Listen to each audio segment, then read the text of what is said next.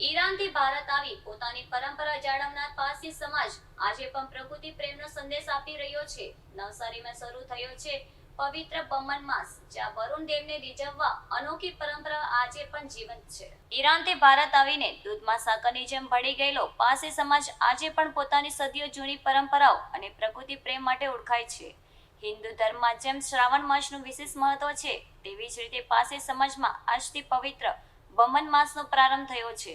દક્ષિણ ગુજરાતના નવસારી શહેરમાં આ અવસરને અનોખી રીતે ઉજવવાની વર્ષો જૂની પરંપરા આજે પણ જીવંત છે। વરસાદ જે ત્યારે આયેગા જમરી સેત લાયેગા જેવા પારંપરિક ગીતો ગાઈને પારસી સમાજ વરુણ દેવને પ્રસન્ન કરવાની પ્રાર્થના કરે છે। યુવાનો અને વડીલો ટોળા બનાવી પારસી પરિવારોના ઘરે ઘરે જઈ દાળ અને ચોખા એકત્રિત કરે છે। આ સામગ્રીમાંથી ધાર્મિક વિધિ સાથે પ્રસાદ તૈયાર કરવામાં આવે છે અને સમગ્ર સમાજ સાથે મળીને ઉત્સવ ઉજવાય છે। ખાસ વાત એ છે કે આ સમગ્ર બમન માસ દરમિયાન પારસી સમાજ સંપૂર્ણપણે શાકાહાર અપનાવે છે। માંસાહાર માટે જાણીતા પારસીઓ પણ આ સમય દરમિયાન નોનવેજથી દૂર રહે છે।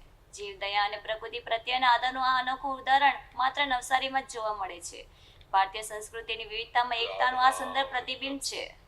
પારસીઓની આ પરંપરા પ્રકૃતિ સાથેના તેમના ગાઢ સંબંધને દર્શાવે છે અને સારા ચોમાસા માટેની તેમની પ્રાર્થના સમજને પણ પ્રેરણા આપે છે। મારું નામ દિલનાઝ જોલી મહેતા છે। શું પરંપરા છે પારસી સમાજ દ્વારા વરસાદને રીઝવવા માટે અમારો આજે બમન એકચ્યુઅલી ગઈકાલથી અમારો બમન મહિનોનો હોરમાં જ રોજ એટલે 9વો મહિનો અમારો બેઠો છે। હવે એ આખો મહિનો અમારામાં છે તે નોનવેજ ખાવાનું અલાઉ નથી ને આ દિવસે આજે બમન મહિનો અને બમન રોજનો પરબ કહેવાય છે।